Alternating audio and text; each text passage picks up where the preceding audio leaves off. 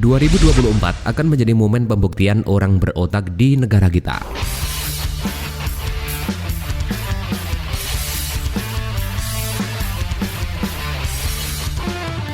Janji itu hanya bisa dipercaya ketika masa perkenalan, masa di mana belum pernah berjalan bersama, belum pernah diberi mandat dan baru akan menerima atau memulai sesuatu yang dimandatkan tersebut.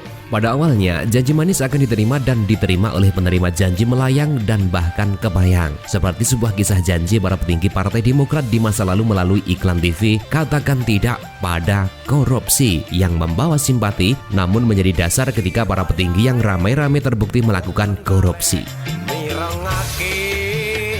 Radione sing api-api acarane Kurnia FM iki sing dadi. Janji pun akan ditempa oleh sang waktu, begitu pula dengan kebenarannya. Janji pun akan menguak kualitas kepala dan niat dari sang pembuat janji. Meskipun begitu, memang tidak semua janji harus ditepati. Ketika sebuah janji itu justru membuat masalah baru dan tidak tepat sasaran janji tujuan yang ditetapkan untuk berasumsi.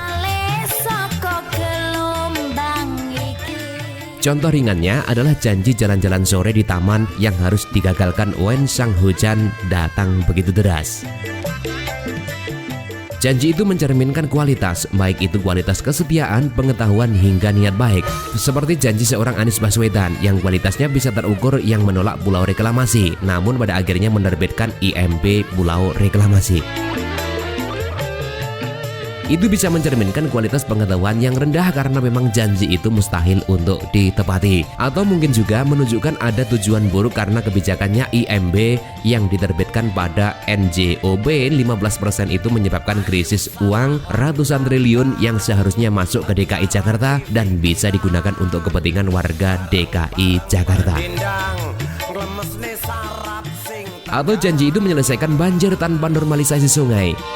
Memang janji naturalisasi terlihat keren, tetapi pada faktanya tidak ada gerakan sedikit pun yang menunjukkan konsep itu bisa dilakukan. Kalau sudah begitu, janji itu menjadi senjata makan tuan untuk Anies Baswedan, di mana kualitas isi kepala dapat terukur, atau mungkin kelebihan Anies pun bisa terlihat, yaitu kelebihan di bidang berbicara tanpa berpikir apakah yang disampaikan itu bisa dilakukan atau tidak, atau niat surga. Para tokoh politik yang menampilkan mentereng sudah mendapatkan kursi untuk membuktikan kinerja dan kualitasnya. Ada Anies Baswedan yang belum melakukan apa-apa, namun mendapatkan penghargaan karena peninggalan para pendahulunya. Selain Anies, Prabowo pun sudah diberi peringkat menteri. Begitu juga dengan Sandiaga Uno. Kalau mau terlihat kinerja Ganjar pun bisa dilihat dari Jawa Tengah, atau Risma yang 2 periode led kota Surabaya pun sudah bisa dilihatnya. Bahkan sekarang menjadi mensos oleh Jokowi. Gibran pun telah menunjukkan kualitasnya karena terpilih menjadi wali kota Solo, atau AHY, sang putra mahkota SBY yang menjadi ketua umum Demokrat tapi bingung mau ngapain. Ayo sana lan kadang nglecarake pikiran, bareng-bareng berdendang nglemesne saraf sing tegang. Politik yang kental dengan sentimen sara dampak dari Pilkada DKI Jakarta 2017 pun sudah porak-poranda akibat kejadian coblos Jokowi Ma'ruf bonus Prabowo Sandiaga sebagai menteri. Perbedaan politik yang pernah terjadi bagaikan hidup dan mati pun sudah tak ada lagi. Di tahun 2024 semestinya demokrasi kembali pada fitrahnya, yaitu mencari pemimpin terbaik dari yang baik. Kalau ada yang tanya, lalu yang menjadi sebagai pengendali kontrol siapa? Pertanyaannya itu saya anggap seperti sebuah pertanyaan yang lucu. Sejak dulu tak ada yang tertulis di Indonesia, nyinyirin itu terpengaruh kelompok terpengaruh, tetapi cerminan provokasi demi meraih simpati. Karena omongan para politisi selama ini hampir tidak ada berisi kritik dan solutif. Negara demokrasi di negara kita itu sederhananya seperti ada 3 pilar yang menopang. Ada pilar yang terdiri dari kelompok pasar yang terdiri dari kelompok pengusaha. Ada pilar yang terdiri dari kelompok di pemerintahan dan lembaga-lembaga negara. Pilar lainnya yaitu masyarakat sipil yang biasa-biasa saja seperti kita-kita atau sebut saja rakyat jelata. Tiga pilar tersebut harus kritis atau sama lain. Tidak boleh ada perselingkuhan. Semua harus berdiri sendiri-sendiri di posisinya masing-masing. Jangan ada yang bergeser dan menempel untuk selingkuh.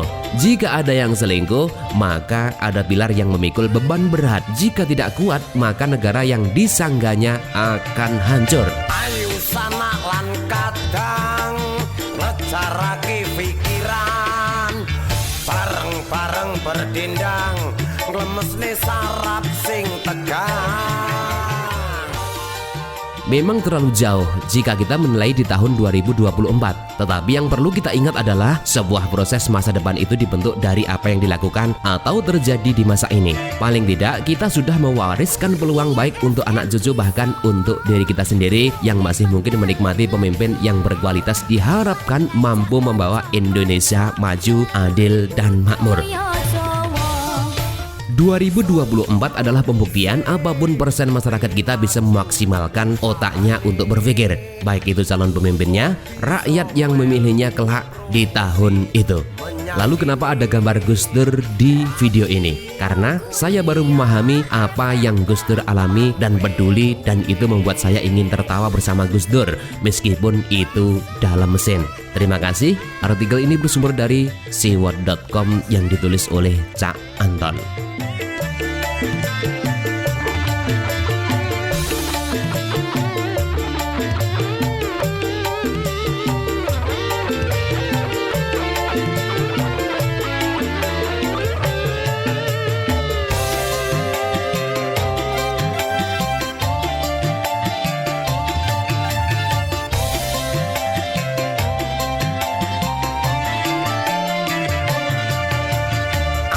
Sana lan kadang nglecarake pikiran, bareng-bareng berdendang nglemesne sarap sing tegang.